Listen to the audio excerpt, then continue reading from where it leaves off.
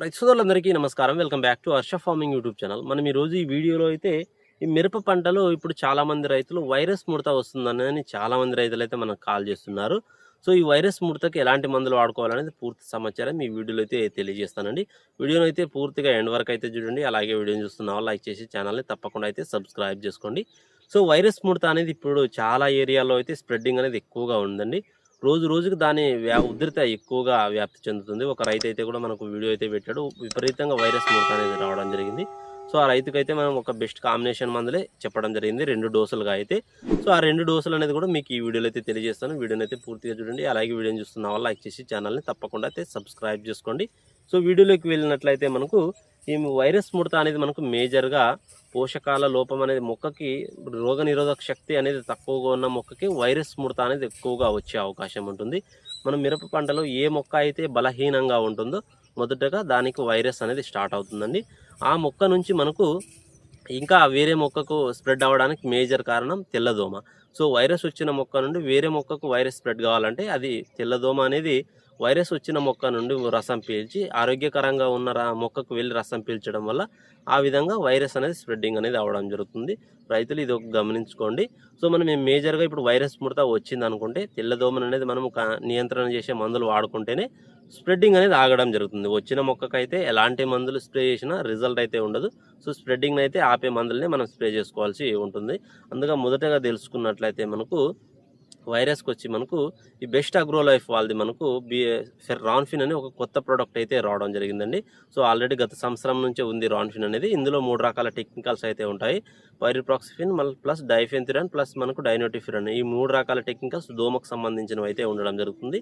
So దీన్ని వచ్చి ఒక 300 ml డోస్ ప్రకారంగా ఎకరానికి స్ప్రే చేసుకోండి. మీకు తెల్లదోమ సమస్య అనేది కంట్రోల్ అయ్యి మనకు వైరస్ ముడత అనేది కొద్ది వరకు అరికట్టే అవకాశం ఉంటుంది.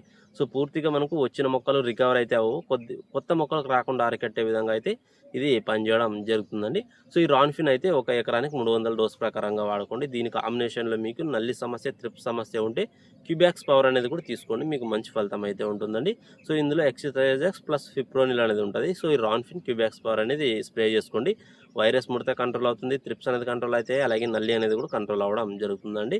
సో ఈ కాంబినేషన్ స్ప్రే చేసుకున్న ఒక వారం రోజులకు కానీ ఒక 6-7 రోజుల్లో మళ్ళీ ఒకసారి మీరు బిఎన్ క్రాప్ సైన్స్ వాళ్ళది మనకు స్పెక్టర్ వైపర్ అని కొత్త మంది అయితే రావడం జరిగింది. ఈ వైపర్ అనేది కేవలం వైరస్ ముడత అనేది వచ్చినప్పుడు స్ప్రే చేసుకుంటే వచ్చిన మొక్క నుండి వేరే మొక్కకు స్ప్రెడ్ కానట్టుగా పనిచేసే విధంగా అయితే ఇది పనిచేయడం జరుగుతుంది.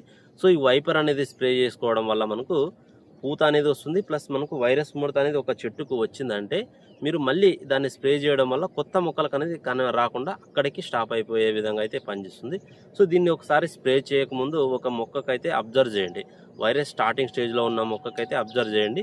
స్ప్రే చేసిన తర్వాత స్ప్రెడ్డింగ్ అనేది ఆగిందా లేదా అనేది కూడా మీరు ఒక గుర్తుగా కొన్ని మొక్కలను గమనించండి. మీకు ఖచ్చితంగా వ్యత్యాసం అయితే అర్థమవుతుంది, తేడా అయితే. సో వైపర్ అనేది అంత మంచి ఫలితం అయితే ఉంటుంది. సో వైరస్ ఉధృత ఇంకా హెవీగా ఉంది. ఆల్రెడీ పొలం మొత్తం రోజు రోజుకి వ్యాప్తి ఎక్కువగా చెందుతుంది అనుకుంటే దీని కాంబినేషన్లో మీరు ఖచ్చితంగా వాళ్ళది మనకు ఒబెరాన్ అని ఉంటుంది. ఇందులో స్పిరోమెస్పిన్ అనే టెక్నికల్ ఉంటుంది. ఇది ఇన్సెక్టిసైడ్ గాను అకారిసైడ్ గాను అయితే పనిచేస్తుంది.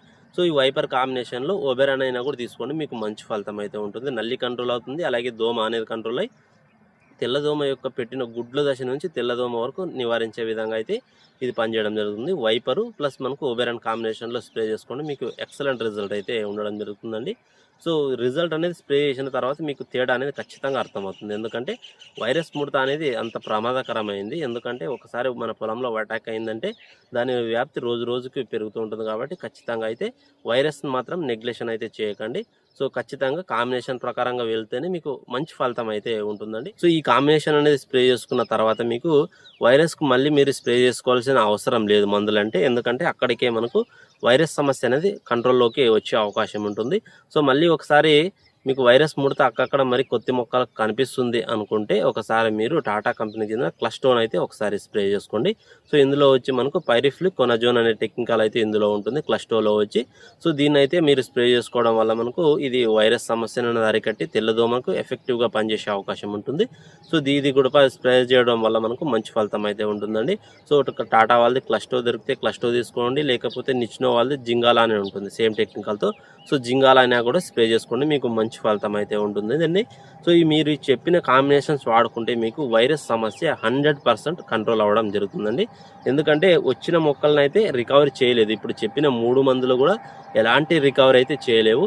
ఒక్క మొక్క నుండి వేరే మొక్కకు స్ప్రెడ్ కానట్టుగా, అలాగే కొత్త మొక్కలకు వైరస్ అనేది రానట్టుగా పనిచేసే విధంగా అయితే ఈ కాంబినేషన్స్ అయితే ఎక్సలెంట్ రిజల్ట్ అయితే ఉంటాయండి. సో మీరు ఒకసారి వైరస్ సమస్య ఉంది అనుకుంటే ఈ కాంబినేషన్, ఇప్పుడు నేను చెప్పిన కాంబినేషన్స్ అయితే ఒకసారి ఫాలో అవ్వండి. వాటి వ్యత్యాసం అనేది మీకే అర్థం అవడం జరుగుతుంది.